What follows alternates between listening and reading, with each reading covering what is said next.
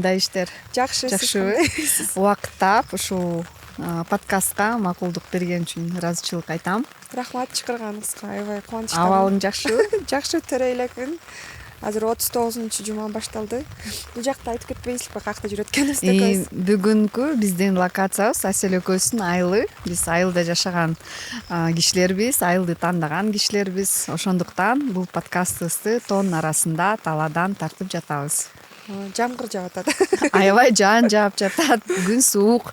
Титиреп калчылдап. Асель айым үшүп да калды. Бирок мен ушул подкастты төрөттүн алдында тартып калалы деп шаштырдым окшойт. Жок, шаштырган жоксуз. Сиз менен мурун эле подкаст тартабыз деп чечимге келип эдик эле, бирок же мен ооруп калып, же бир нерсе болуп калып, анан бүгүн ошол Кудайдын буйругу келиптир. Ошо аябай кубанычтамын. Өзүңүздү кандай сезип атасыз? Жакшы, рахмат. Бүгүнкү подкаст кыргыз тилинде болобу, орус тилинде болобу, англис тилинде болобу, каалаган тилде сүйлөшө беребиз. Анан котормосун субтитр кылып кошуп койсок болот. Кеттик, поехали, let's go. Үчүнчү ирет бала күткөн кандай болот экен? Кыйын экен. Анткени деген биринчи баланы мен 24 жашымда боюмда болгон, анан 28 жашымда, азыр болсо 30тан ашып калды. Кичине кыйыныраак болду. Бирок уже бүтүп калды. Эртерээк төрөсөм экен, бүгүн видеонун баарын тартып подкастты бүттүргөндөн кийин больницага кетсем экен деп ойлонуп жатам. Бирок жакшы, ата-энем, жолдошум жардам берип, жанымда болушту да, аябайчы. Мен дагы тилектешмин, аман эсен, көз жарабал. Бул жеңил нерсе эмес, баланы төрөө абдан бир чоң жоопкерчилик, жана ден соолукка көп талап кылат, чоң талаптарды коет, кыйынчылыктарды коет, сөзсүз. Рахмат. Сизде 3 балаңыз бар, э? Ооба. Ошондо бир кыз, анан эки кыз, анан бир. Меники да 3. Сизде копировать этип атам. Окшоштугубуз көп эмеспи? Ооба. Ошолордун бири. Сиз экөөбүз кантип таанышканыңыз эсиңиздеби? Эсимде. Ооба. Айтып бербейсизби? Мен ал кезде Нью-Йоркто магистратурада студент болуп жүргөн кез. 10 жыл мурун. 10 жыл мурун. Анан Инстаграмдан, Фейсбуктан Асель айымды көрүп жүрүп, бир күнү ушундай бир маалыматка мен жооп катары кылып жаздым, ден соолук тууралуу билгени менен бөлүшүп. Анткени мен 2008-жылдан баштап туура тамактанууга өткөм. Анан билгени менен, акыл менен, тажрыйба менен бөлүшөйүн деп жазганмын. Ооба, ошол учурда да мен кичине ооруп баштагамда, анан эмне кыларын билбей, анан сизге жазгамда, сиз кандай жүрөсүңүз, эмне кылса болот деп. Анан сиз ошондо деген айткансыз да, мындай укташың керек, сууну көп ичишиң керек, кедерки продуктыларды алып салыш керек деп мындайча айтканда биринчи кадам сиз мага бергенсиз да, түркүмчүлүкчү ошо туура тамактанууга. Анан экинчи жолугушубуз сиз экөөбүз ашууда жолукканбыз. Мен прям тоюмдун алдында сиз аябай сулуу компьютерде отуруп иштеп жүргөнүңүз эсимде да. Анан жаныбызга келип, атыңыз ким? Менин атым Элнура, Асель деп ошентип таанышып, 10 жыл көрүшпөптүрбүз сиз экөөбүзчү. Анан болсо мурдагы жылы Токиого чогуу барып келдик экөөбүз. Аябай жакшы убакыт өткөрдүк. Ошентип биз жакын болуп калдык го деп ойлойм да. Ооба. Анткени биз сүйлөшө келсек, бала кезде, өспүрүм кезде, студенттик кезде баштан өткөн кыйынчылыктарыбыз да аябай окшош экен. Окшош, ооба. Мен да аябай таң калам, мага окшогон адамдар көп. Мен ошол себептен дагы бүгүнкү подкастта бир маселени биз сүйлөшсөк деп ойлогом да. Бул ички жана тышкы миграция. Анткени ата-энелер эки жакка чыгып иштеген, үй бүлөлөр бизде аябай көп. Балдар бул жакта калып, көп учурда туугандардын колунда же өз алдынча көп жүрүп калып жүрүшөт да. Аябай кыйын, аябай көп азыр ошондой балдардачы. Ата-энесиз өскөн чын эле кыйын деп ойлойм менчи. Анткени деген сүйүүсүн көрбөйт, анан туугандары сүйүүн, ата-эненин сүйүүн бере албайт да туура. Анан кийин чоңойгондо мындайча айтканда жүрөгү жаралуу жүрөк менен чоңоюп ошон жөнүндө сүйлөшсөк аябай жакшы болот деп ойлойм. Эми ал ата энелер аргасыздан кетет да. Менин да апам 5 жыл Россияга каттап иштеген. Мезгил сайын кетип, жарым жылдап Россияда жүрүп, бут кийим сатып иштеген да 5 жыл. Анан кайра суранып атып, араң Калтырдыңыз бул да. жерден, бул жерден деле бутка туруп кетүү мүмкүн деп, бул жактан калып иштеп баштаган. Анан мен ойлойм, ошол убактылуу эле нерсе катары көрсө, үй бүлөлөр көрөт деле болушу керек көбүчө. Колдон келишинче балдарды ата эне жанында алып жүрүүгө аракет кылат деп ойлойм. Ар бир ата эне эч ким жыргагандан сыртка кетип, баласы менен ажырабайт да. Бирок ошо апаңыз Россияга кетип калганда мындай таарыныч сезим болдубу сизде? 5 жыл жок болдубу? Мен ал кезде мектепти бүтүп калган кезим эле да, бирок иним 9 жашында болчу. Анан мен аябай эле каршы болуп, апамдан аябай суранганмын, кетпей эле коюңузчу, бала кичинекей болуп атат, эртең кыйналып калат деп. Анан башка жолду көрбөдү да апам, туугандары барып иштегендиктен мен да барып иштеп келем деп кеткен эле. Анан иним кыйналып калды, атам экөө калып, анан инимди шаарга алып келгенге туура келди. Ошентип биз дагы бул миграциянын жана мигранттардын жашоосун өз үй бүлөбүз менен көрүп калдык да, башыбыздан өтүп калды. Менин ата энем Россияга башка мамлекетке кеткен эмес, бирок көп иштешкен да, ушу 4 балабызды багабыз депчи. Анан апам кечиресиздер, апам таң атпай эртең менен атам экөө жумушка барышып, балдар менде болчу да. Анан менде мындай кичине, мындайча айтканда, таарыныч болгондо, эмнеге мен жашмын го, эмнеге алар мага таштап кетет деп чоңойгонго чейин ошол таарынычты жүрөгүмдө катып жүрүп турдум да. Анан кийинкү чыкканда түшүндүм да, ушул үчүн мен агрессивный болуп атам, ушул үчүн ата энемди урушуп жатам. Анткени алардын сүйүүсүн албай, мен кичинекей бөбөктөрүмө мен апа болуп бергем да. Азыркыга чейин менин инилерим айтат да, сиз мамама караганда жакынырааксыз, анткени мен чоңойтком да. Бирок болсо азыр мен мындай бошондум да, ошо кечирип ата энемечи. Бирок азыр түшүнүп атам да, алар жыргаган үчүн иштеген жок, биз үчүн ошо образование берелик деп, жардам берелик деп ошентип катуу иштешти да. Союз кулаганда көп ата эне абдан бир чоң кыйынчылыкка туш келип калышты да. Анан союз кулап, кантип коом кандай болот, экономика кандай болот, ата эне кандай болот деген суроолорго жооп таба албай калды көп кишичи. Ошол мезгилде көп үй бүлөлөр кыйналды деп ойлойм. Бирок мен апамдын кайсы касиетин жактырдым ошол мезгилде, атам иштебей калган кезде, мына сен иштебей жатасың же акча алып келбей жатасың деп эч бир сөз менен же мамилеси менен билдирбеди да. Кайра бизге айткан сөзү мындай болду: эми атаңар ушунча жыл багып келди, убактылуу кыйынчылыктар болот, эми мен үй бүлөнү багайын, эч нерсе эмес, ал үйдү карайт же балдарды каралашып турат. Атам дагы жөн отурбай курстарга барып жүрдү, окуусун улантты, анан ишке кирди. Ошону мен аябай жактырдым да, анткени биздин коомдо эркек кишилерге көп учурда эркектин баалуулугу акча менен гана өлчөмдөп калганбыз да. Ал туура эмес. Эркекте сөзсүз жоопкерчилик көп, эркек кишиде өзгөчө үй бүлөлүү болгондо, балалуу болгондо. Бирок эркектин орду эч качан акча менен гана баалуулугу чыкпаш керек деп ойлойм да, анткени ошондо эркек кишилерге кошумча стресс, депрессия болуп, үй бүлөгө зомбулук кирип келет деп ойлойм да. Ошол маселени туура чече албаган учурлардачы. Азыркы учурда болсо, мисалы үчүн, ар кандай болот да ситуацияларчы, күйөөсү жумушун ажырап калышы мүмкүн, ден соолугунан. Чын эле азыркы учурда оңой эле ажырашып кетишет го. Менин күйөөм иштебей калды, бакпай калды. Бирок канча жыл ушу күйөөсү балдарына иштеп, аялына жардам берип жүргөн үчүн сиздин апаңыз аябай эле акылдуу ишти жасады да, ажырашып кетип калган жок. Күйөөм мени карады, эми менин убагым келди деген аябай героизм деп ойлойм менчи. Рахмат. Ошол туура көз караш деп ойлойм.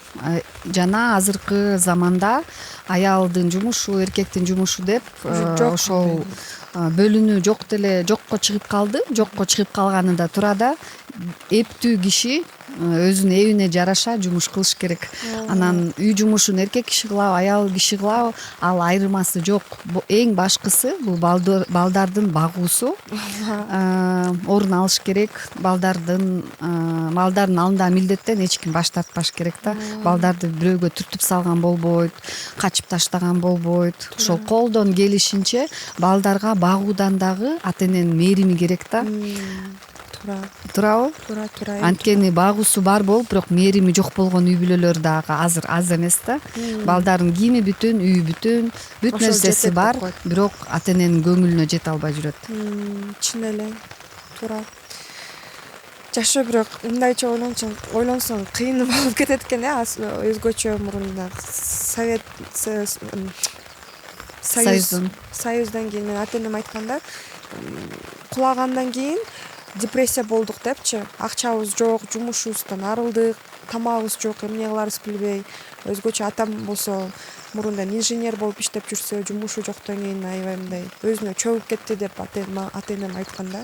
Бирок ошондой кыйынчылыктар болсо дагы алар ажырашып кеткен жок, кетип калышкан жок, чогуу болушту. Ошого аябай ыраазымын ата энемечи.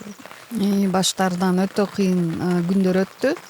Жокчулукта көрүп калышты. Мындай тамак аш жок болуп кыйналбадык, кийим кечеден эч кыйналбадык, үйдөн деле кыйналбадык. Болгону эки ата энем тең жумушу жок калган учурда бир аз акчадан кыйналуу болду, бирок ошол мезгилде деле соодага аракет кылышты колунан келишинче. Анан биринчи бизнесмендер экен да.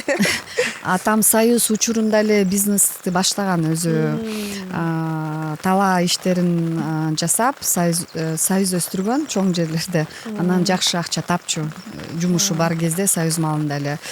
Союз кулап, биз Кызылкия шаарынан Аксыга көчкөндөн кийин соодага майда чүйдөн алып сатып көрүштү да. Анан бир жылы жайында мен 9 классты бүткөндөн кийин иним менен, бала бакчада жүргөн иним менен менден 3 жаш кичүү сиңдимди мага таштап, айылдагы үйдү таштап 2 айга Бишкекке кетип Ош базарда жемиш сатып иштешкен да 2 ай. Менин ата энем да Ош базарда жемиш сатып айтып окшош депчи. Иштешкен, помидор, бадыраң сатыпчы. Ошондой, так ошону саткан. Жардам бердиңиз беле? Мен айылда калып, балдарды карадым, үйдү карадым, анан 15 соток огородду карадым да. Чоң жумуш. Мен болсо ата энеме убакыт бар учурда сабактан кийин барып помидор сатышып, ошондо газовада сатып да жүргөн болчу. Ош базарда, Жок, мен базарды көрбөй калдым. Бир аз соода кылганда ал мектепте саткан болду да, мектеп. Ошол учурда сиз деген эмне жөнүндө ойлончусуз эле? Кандай мындайча айтканда мечтаңыз бар болчу эле? Менин апам англис тил окуганды жактырганын көрүп, ата энем курска барганга шарт түзүп берген да, репетитор бар. Сеники да ошондой болду эле. Ооба, мен да ата энем мектептен репетитор таап, үйүнө алып барып, жумуштан кийин 6 жашымда болуш керек ошол кездечи. Барып англис тил окугам да мен. Сонун окшош. Ошол билимге болгон акчасын билимге жумшашты да, кызыбыз билимдүү болсун деп. Анан ал кезде 50 сом айына деген аябай чоң акча эле да. Азыркы акчага мен айта албайм, ата энем туура айтат болуш керек, бирок азыркы учурда ошол мен $100 деле тете көрөм да, ошол кездеги 50 сомду. Жаңы сом чыкканда чоң акча эле да. Мен үчүн чоң акча эле. Анан болгон акча китеп, сөздүк алып беришип, ошо мен билимге кылган аракетимди колдошту. Жана апам минтип айтчу да, мен сени келечекте тышкы иштер министри кылып элестетем. Көз алдымда ошондой ишмер айым болуп көрүнөсүң, же өлкө деңгээлинде, эл аралык деңгээлде иштеген ушундай кыргыздын бир чыгаан лидери катары көрөм деп айтчу да. Анан өзгөчө Роза Исаковна Отунбаеваны мисал кылып келтирчү. Анан мен дагы ошону мейли деп элестетип, апамдын кыялы ошондой эле. Мен элестеткеним бала бакчада эле, ушу бала бакчада иштейм деп ошону жактырчумун. Сиз өзүңүздү мындай көрсөңүз, апаңыз аябай эле сизди көрүп турду. Ооба. Анан 12 жашымда мен медицинаны окуйм десем, апам ал кыйыныраак деп көп колдободу. Андан кийин жазуучу болом деп, бирок жазуучу бул шартта кантип өзүн багып кетет деп жете албадым, бирок аябай кызыктым. Андан кийин киного кызыктым, кино менен эле кетсемби деп жыл сайын оюм жана кыялым өзгөрөр да, бирок англис тилди жаттап аягына чыктым да. Сиз мен билгенче Аутсада окуп кеттиңиз, Ошол мен 9-класста болгондо атам айткан, ушундай Кыргыз Америка кафедрасы ачылыптыр, мен кыздарым ошол жерде окуйт деп ойлойм деп. Анан апам ошондо күлүп сүйлөнүп да койду эле, акчасын сен төлөйсүңбү деп. Анткени атам жумушу жок кез эле ошондо, ал өтө кымбат окуу жай эле да. Анан атам айткан, мен билбейм кантип, бирок көз алдымда мен ошону көрүп турам, 2 кызым тең ошол жерден окуусун бүтөт деп. Атам көрөгөчтүк кылган экен ошол кезде. Сиңдим дагы ошол вуздан чыкты. Ал социологияны окуду, мен эл аралык саясат илимдерин окудум. Меники да международный кесибиз да бир турбайбы. Анан ошентип англис тилдин артынан флекс программасы менен АКШга барып 1 жыл окуп келдим. Андан кийин келип Аутсада окуп калдым. Аябай сонун экен жашоосуз. Мен кичинекей кезимде ким болом деп кыялданган эмесмин, бирок бай аял болгум келет деп айтчумун да. Жакшы тилек кылган экенсиң. Ошого эми жетип атам кичинеден. Бирок жакшы. Анан сиз билимкананын директору болосуңуз, туурабы? Ошонун жерин айтып берсеңиз, кантип ой келди, ушу мектеп ачкым келет Кыргызстан боюнча деп, эмнеге образованияны тандадыңыз, айтып берсеңиз. Мен 15-жылга чейин кино тармагында эле эмгектенип келгем. Актриса катары, режиссер катары, сценарист катары. Ким билбейт, Элнура эже бизде деген Боз салкында тартылган. Кыздын аты ким эле ошондо? Бурманын ролу. Мен деген Бурман аябай жеп көрчүм да. Эмнеге ушундай кыз аябай стерва экен депчи. Анан кийин сиз менен таанышкандан кийин ушу 10 жыл жүрдүм да, каяктан көрдүм эле, вот точно бир жерден сизди көргөм депчи. Анан мурдагы айда экөөбүз жолуккан, сиз айтып атканда, блин, атпайбыз депчи. Ооба, мен 2006-жылы киного роль алып калып, кинодо ошол ролду аткарып, актерлук кесипти аябай жактырып калдым да. Ошондон бери жакшы роль болсо мен баш тартпай тартылып келем да. Негизи кино чөйрөнү, кино кесибин жакшы көрөм. Абдан бактылуумун ошол кесипти тандап өздөштүргөнүмө. Киноплощадкада бүт кесиптерге эмин, баарын кыла алам. Кыла албаган жумушум жок. Машинени гана айдабайм кинодо. Аны айдоочулар айдайт, калган баарын кыла алам. Сейде деген кинону сиз тапкансыз, Сейде деген кыска метраждуу тасманы да мен тарткам. Айтып берсеңиз, эмне жөнүндө эле? Ал окуу маалында 2-курста тарткан кыска метраждуу менин тасмам болгон. Ал Венеция кинофестивалына расмий сынагына тандалган. Ошол жылы ал жерге 6800 тасма, кыска метраждуу тасма тапшырылган. Анын ичинен 8ди гана тандап алышкан. 8би же 6 ошон бир Сейде ошонун ичине кирген. Сейде ошонун ичине кирген. Аябай азаматсыз. Билимкана жөнүндө суроо бердим. Билимкананы ошо 2015-жылдан бери билимкана мектептерине директор болуп иштеп баштадым. Анткени менин жолдошум ошол кезде мектептердин санын көбөйүп, чогуу карашып бер деп сурангандыктан 2015-жылы билимкана менен иштеп баштап, анан кино калып баш оту менен билимканаларга кирип кетип, ошо 10 жыл болуп калыптыр. 10 жылдан бери билим тармагында жүрөм. Бул кесибимди да абдан сүйөм, анткени бала кезден бери жанагы бала бакчада иштейм деген кыялым жөн жерден болгон эмес экен. Мен билим берүүнү өзүмдүн бир чоң миссиям катары көрөм. Өзүмдү аябай ошол чөйрөдөн, ошол тармактан таптым, ачылдым. Ишкер катары да өзүмдү таптым. Ага чейин мен ойлогон эмесмин, мен бизнеске шыгым бар деп. Ооба. Мен ошо билимкананын ичине киргендечи, мындай Кыргызстан эмес, Америкада жүргөнсүн аябай сездим да, өзүнчө балдар аябай өзүнчө свободный, сүйлөшүп, ачык, аябай аларды карап аябай суктандым. Ошон үчүн сиз жасаган жумушуңуз, мен ойлойм, болочокто ошо балдар президент болобу, депутат болобу, Кыргызстанды өзгөртө турган эң сонун балдар болуп чыгат деп ойлойм да. Чоң рахмат.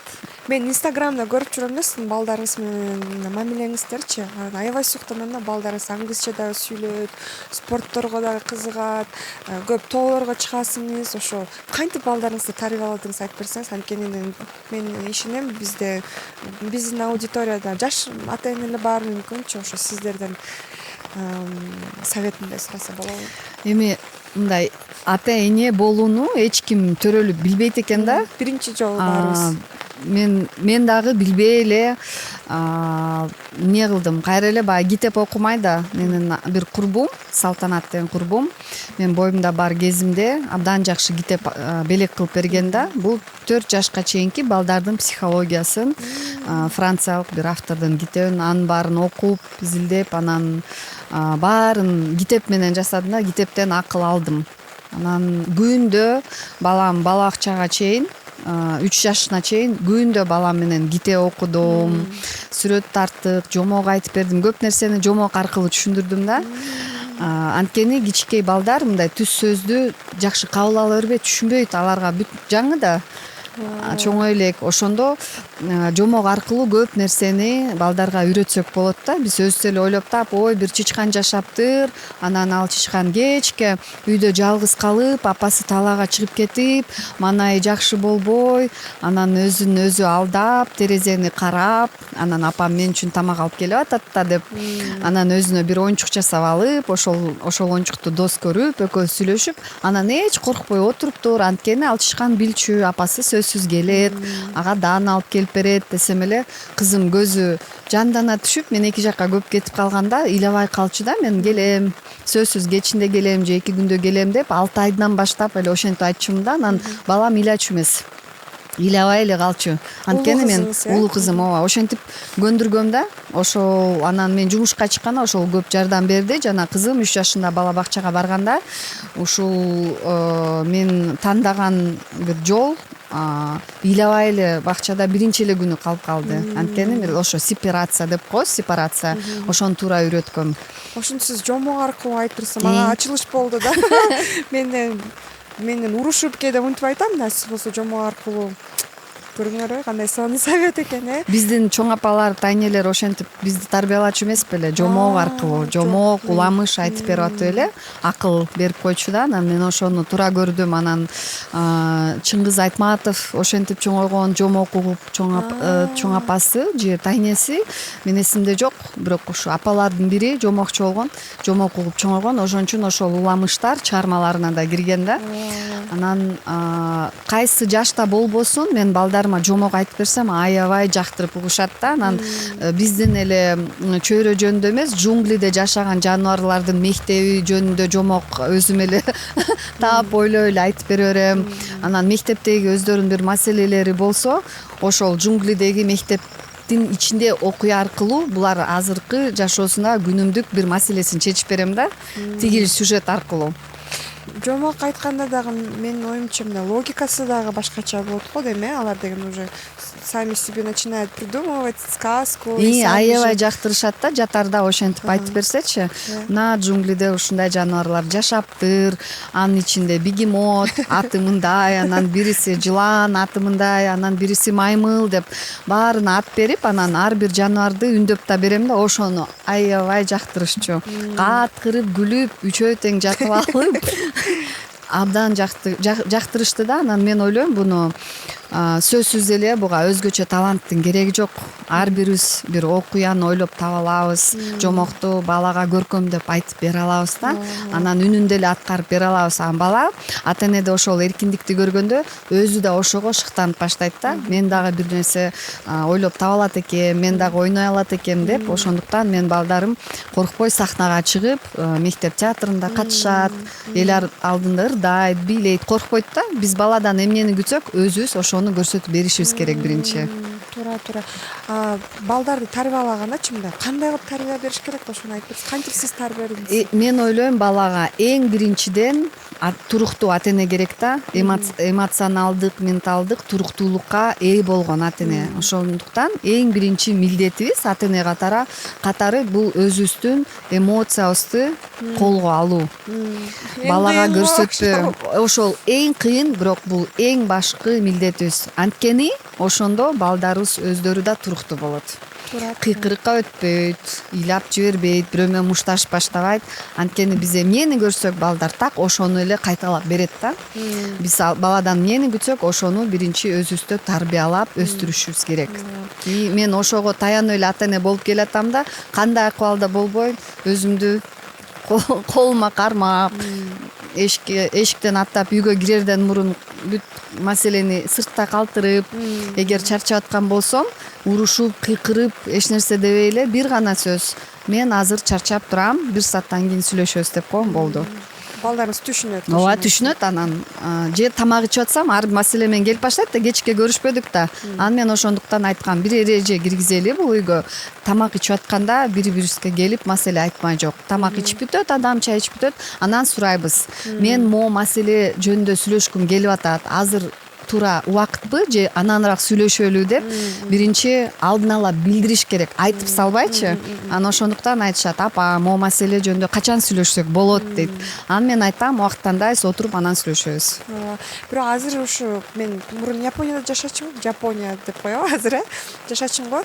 Анан Кыргызстанга келгендемде мен байкадым да, көбү ресторанга барабы, циркке барабы, башка жака барабы, балдардын да телефонун берип коюшат экен да. Анан өздөрү болсо жумуштарын бүтүрүпчү. Ошону сиз кандай көрөсүңүз? Бул туурабы, туура эмеспи? Эми мен деле балдарым телефон кармайт, телефонду колдонот. Бирок ошону контроль керек. Контроль керек, жана жалгыз эле ошол менен алек болуп калбаш керек да бала. Сөзсүз спортко барыш керек, эшикте ойнош керек, үй жумуштарын аткарыш керек, достору менен убакыт өткөрүш керек, туугандары менен убакыт өткөрүш керек. Ошондо телефонго азыраак убакыт калат да. Көп ата-энеде ошол нерсеге эгер каражаты же убактысы жок болсо, жок дегенде жакшы контент көргөзүп бергенге аракет кылыш керек да. Тил үйрөнсө болот, Duolingo жана башка программалар бар онлайн. Кантсе да балдарга пайдасы менен ошол убакытты өткөрүүгө аракеттениш керек. Менин кызым мисалы үчүн интернеттен приложенияны жүктөп алып, дизайн интерьера сааттап жасайт. Аябай жакшы көрөт ошону. Балам болсо авиация жөнүндө бүт нерсени онлайн үйрөнгөн. Самолеттун кандай түрү болбосун, жарандык самолет, согушка колдонгон самолеттор, тиги космоско учкан учактардын баарын детальдап, баарын билип үйрөнүп алган да. Мен сизден бүгүн эмнени үйрөндүм? Бул менин балдарым кичинекей да азырчы, эң кичүүсү 3 жашта, анан дагы төрөлө элек да. Анан жомок аркылуу жашоонун кандай болуп жатканын айтып берсе болот экен, проблемалар болот, коркунуч сол жомок аркылуу айтса болот экен. Экинчисинен болсо телефонду мисалы үчүнчү контролдош керек экен, сизден бүгүн үйрөндүм да. Дагы эми кандай секреттериңиз бар ушул воспитаниеде? Мен отуруп алып кечке текшере бербейм да. Эмнени кылдың, окудуңбу, тигини кылдыңбы, мен көп текшере бербейм. Мен айткам, бул силердин жашооңор, эгер окуу керек болсо өзүңөр окугула, окуйм десеңер өзүңөр тандаган жол менен жашооңор уланып кете берет деп айткам да.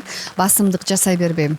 Жана минтип айтам, мен билем силер аябай акылдуу балдарсыңар, акылыңар баарына жетет, жакшы окууга да жетет, мен ошону күтөм. Силер жакшы окусаңар, мен кубанам. Жакшы окуй албасаңар, бул келечекке таштаган өзүңөрдүн кадамыңар, бирок мен баары бир силерди жакшы көрөм. Канткен кезде менин сүйүүм мындай баага байланышы жок экенимди билдирем да. Жок экенин билдирем. Анткени балдар көп учурда жаман баа алып же окуусунан жакшы ийгиликке жете албай, ата-энеден тил угат, ата-эненин сүйүүсүнө ээ болбогондой болот да. Ата-эненин сүйүүсү эч качан баага байланбашы керек жана ийгиликке байланбашы керек. Ошону билгенден балдар дагы өзүнө болгон көз карашы, өзүнүн сезген баалуулугу башкача болот жана бул балдар артта калбайт. Кайра кызыгып окуйт ошол ишеничке ээ болгондон кийин. Аябай сонун. Бул 3-чү ирет ата-эне болгондо ата-энелик ыкмаларды кантип өзгөртөйүн деп жатасың. Ар бир балага ата-эне башкача ачылат да. Биринчи ирет биз башкача апабыз, экинчи ирет башка, ар бир жолу бул башка адам болгондой элебиз да. Дагы бир эмени айтып кетейинби эстегенимде. Мен балдарга ачык эле айткам. Мен эне катары жакшы эне болуп атамбы, мен билбейм. Мен эмне кылып атканымды да билбейм, чынын айтсам деп эле айткам. Силер мага айткыла, мени эне катары баалап бергиле деп айткам да. 1-10 чейин упай бергиле деп айткам да. Эмне дешти алар? Анан эми 9 деп айтышты. Мен айттым, аябай эле бийик баа коюп койдуңар. Чын эле айтсаңар, мен урушпайм, болгондой эле айткыла десем, сегиздешти. Эмнеге сегиз десем жакшы да бул. жакшы, бирок эмнеге десем тамак көп тамак бышырбайсың, ошону кошсоң анан 9 же 10го көтөрүлөсүң деп айтышты. Тамак бышырып баштадыңызбы анан? Ооба. Эртең мененки тамактарын бышырып баштадым. Эми биз ошондой ачык сөзгө балдар менен чыкканда жана ушундай упайды сурасак 1ден 10го чейинчи бала бир болгон маселесин ачылып айтканга мүмкүнчүлүктү пайдаланып калат да анан өзүнүн көйгөйүн айтышы мүмкүн. Бул бир. Экинчиси, балдар менен роль алмашып ойно, сен мен сен болоюн деп ойноп көрүш керек да. Ошондо балдар ушундай сонун көрсөтүп берет кемчиликтерибизди. Мен бир жолу кичинекей кызым мени бир бөлмөгө эле култап салган да, мен бир жолу ошентип уруштум элем да. А ошондон кийин токтотуп салгам. Мени алып келип бөлмөгө чыгып койгон да. Мен эметсем жөн эле чоң список болот го. Ошентип көрсөң? Ошентип көрөм, анан сизге айтып берем кандай болгончу. Биринчи кызымды төрөгөндө албетте биринчи жолу эне болдум, кыйналдым, депрессия болдум. Ал кезде мындай уктап же уктабай ушинтип кыйналып учурда кызымды аябай көп урушчум, чаап койгон учур дагы болду мендечи. Анан азыр аны билип алып аябай ыйлагым келчү да. Анан кызымдан кечирим сурадым, кечирип кой, мен биринчи жолу эне болдум. Анан башка мамлекеттерде болдум, жалгыздык болдум. Ушу бүт практика баары сен аркылуу өткөрдүм деп. Экинчи менен опыт бар да, анан мындай коркунуч сезим болгон жок да. Бул эмнеге температура өтөт, эмнеге ооруп атат депчи, больницага барыш керек, канча уже опыт болду да мендечи. А азыркы учурда мен шашкым келбейт деп айтып атам. Я просто хочу, мындай орусча айтканда, хочу насладиться этим моментом. Билбейм, 4-чү бала болобу, болбойбу. Мүмкүн бул акыркы бала болушу мүмкүн. Мындай рахаттангым келип атат да. Ошол. Анан дагы кандай өзгөрүш, көп кийим сатып алган жокмун, көп нерсе сатып алган жокмун. Биринчи балада аябай күтөсүң го, баарын кымбат нерселерди алып. Азыркы болсо там досторум берди, ата-энем катып койгон нерсе кийимдерди берди, ошо кичине эконом болду. Ошол рахаттангым келип атат. Убакыт тез эле өтүп кетет экен, кичинекей балдар тез эле чоңойот экен. Анан азыр менин максатым бул балдар менен көп убакыт чогуу өткөрүп, чогуу биз ошо жайлоодо чогуу гүл айдатабыз күнүгө, эшек минишип аталарчы. Сүйүү, мээримди бергим келип атат. Акылдуулук монда кылыш керек, тинде кылыш керек эмес, жанында болуп, алар чоңойгондо менин апамдын ушундай сонун эне болду эле, жаныбыз толгон деп, азыр мен жөн эле рахаттанып сонун мен колдойм. Рахмат. Мен ойлойм, ушу ата эне балдарга мындай зомбулук көрсөтпө же чаап кыйкырып жибербеген бир жолу бул баланы биринчи орунга койбостон өзүнө кам көрүү да. Таза үйдөн көрүү өзүнүн уйкусун кандырып алганы балага ошол керек да. Анткени ошондо туруктуу ата эне болуп бере алат да. Анан күчтүн баарын үйгө жумшап, уйкудан калып, балага кыйкырып, балага анын кереги жок. 1-2 күн иш калса дагы, бирок кыйкырбаган эне керек. Катуу сүйлөгөн ата керек. Ошол кезде сиз айтсаңызчы, мен ушу угуп кылмакмын да. Ал кезде чын эле уктаган эмесмин, бирде тамак жеп, тамак жасабай, үйдү жыйнаш керек, кылыш керек деп бүт энергиям баары эле бытка эле кетип калды да. Анан кызым ыйлап нерсе сурап атканда, заткнись там, тинтип аябай көп урушкан учурларым болду. Ачык эле айткым келет, анткени биздин көп мама, жаңы төрөгөн мамалар да көрөт, ошон үчүн аларга айтам. Бул нерсе мен башымдан өткөн. Азыр болсо урушпай, мен уктаганга аракет кылам, туура тамактанганга аракет кылам. Өзүмдү биринчи орун койгондо мындай сезилет да, кадимки биздин сүйлөшкөн мамилебиз да башкача болот экен балдарыбыз мененчи. Ошо өзгөрүп чоңоюп атам. Туура. Анан мындай чарчап турган кезде балага кыйкыргандан көрө аябай кыйналып кетсечи, мына бала тиле албай жатат, жумуш көп болуп атат, эне өзү чарчап атат дейли.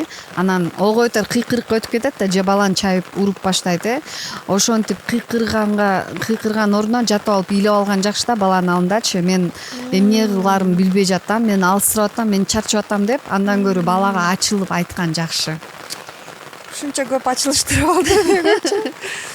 Асель, бул Теру экөөңөрдүн үйүңөргө белек. Бул айылга киребиш жердин пейзажы. Чоң рахмат. Үйүңөрдү ар дайым кооздоп турсун. Үйүңөргө көп ушундай сонун белектер, сонун нерселер кошулсун жана үйүңөрдө ар дайым жакшылык гана болсун. Рахмат. Мен сизге эчтеке даярдап келген жокмун, бирок Жок, мен конокко сөз берем, Япониядан бир нерсе ала келем. Рахмат, Чоң рахмат силерге. Бизде азыр аябай суук болуп кетти, титиреп калтырап баштадык. Ошондуктан бүгүнкү подкастыбызды аягына чыгарып коелу. Мен Асель айымды аяп жатам. Анткени төрөй турган айым. Эгер бул подкасттын уландысын көрөм десеңиздер, комментарийде өз оюңузду, пикириңизди калтырып жана суроолоруңузду кошо жазып кетсеңиз болот. Анан биз жылуураак мезгилде күн чыгып турган кезде ушул жерге келип подкастыбызды улантабыз. Чоң рахмат. Чоң рахмат сизге. Көрүшкөнчө. Комментарийди сөзсүз жазып коюңуздар. Кийинки подкастка кандай теманы, эмне жөнүндө айтабызды ошол жерге жазып койсоңор биз окуп туруп сөзсүз аткарабыз. Чоң рахмат силерге.